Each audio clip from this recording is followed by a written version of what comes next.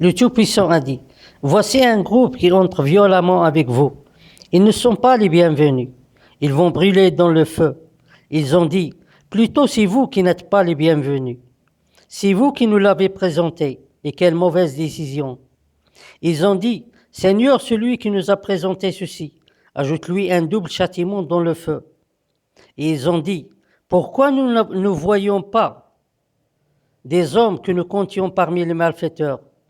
Est-ce que nous les avons jugés à tort ou ils sont échappés au regard?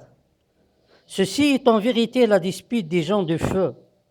Dis, plutôt je suis un avertisseur et pas de Dieu, à part Dieu, l'unique dominateur suprême. De nombreux films ont été réalisés il y a des années, tels que les films de la science-fiction. Ils racontent l'histoire de la fin du monde ou parlent d'une éventuelle catastrophe qui peut toucher la Terre et rendre ainsi la vie impossible. Mais il y a parmi ces films qui cherchent une solution pour sauver la race humaine. En trouvant par exemple une nouvelle Terre où on peut trouver tout ce qui est nécessaire pour le corps humain. Ils commencent donc à construire des véhicules pour pouvoir voyager et quitter la Terre. Et les premiers participants à cette construction sont les pays développés, que ce soit par de l'argent ou de l'équipement. Et étant donné que la charge et le nombre des véhicules sont limités, alors le nombre des voyageurs doit également être limité. C'est-à-dire qu'il n'est pas possible à chacun de sauver sa peau en réservant sa place dans les véhicules. Ainsi, le film nous montre que les premiers qui sont choisis sont les dirigeants et les riches, peut-être parce qu'ils ont contribué à la fabrication des véhicules, puis les scientifiques et les travailleurs et autres. Bien sûr, ce choix se fait selon ce qui se trouve sur cette terre et non selon ce qui peut être sur la nouvelle terre.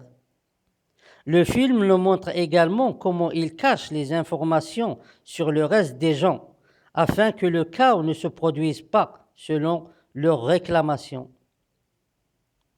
Certains des imbéciles de notre temps veulent faire pour eux un avenir prospère et vide de tous les obstacles et les problèmes, ou construire une nouvelle vie encore meilleure pour eux. Et parce que Dieu Tout-Puissant ne choisit pas parmi les gens de la même façon que leur choix, alors ils font recours à des dieux en les posant comme des vrais ou comme une alternative à Dieu Tout-Puissant, afin d'atteindre leur objectif. Ignorant que le vrai avenir n'est connu que par Dieu Tout-Puissant.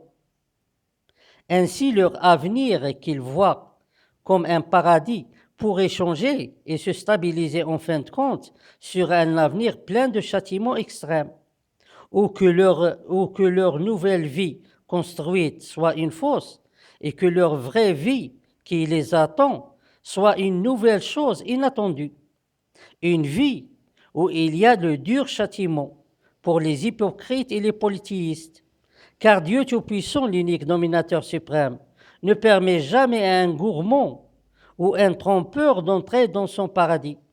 Plutôt, il a créé pour eux l'enfer qui doit être rempli.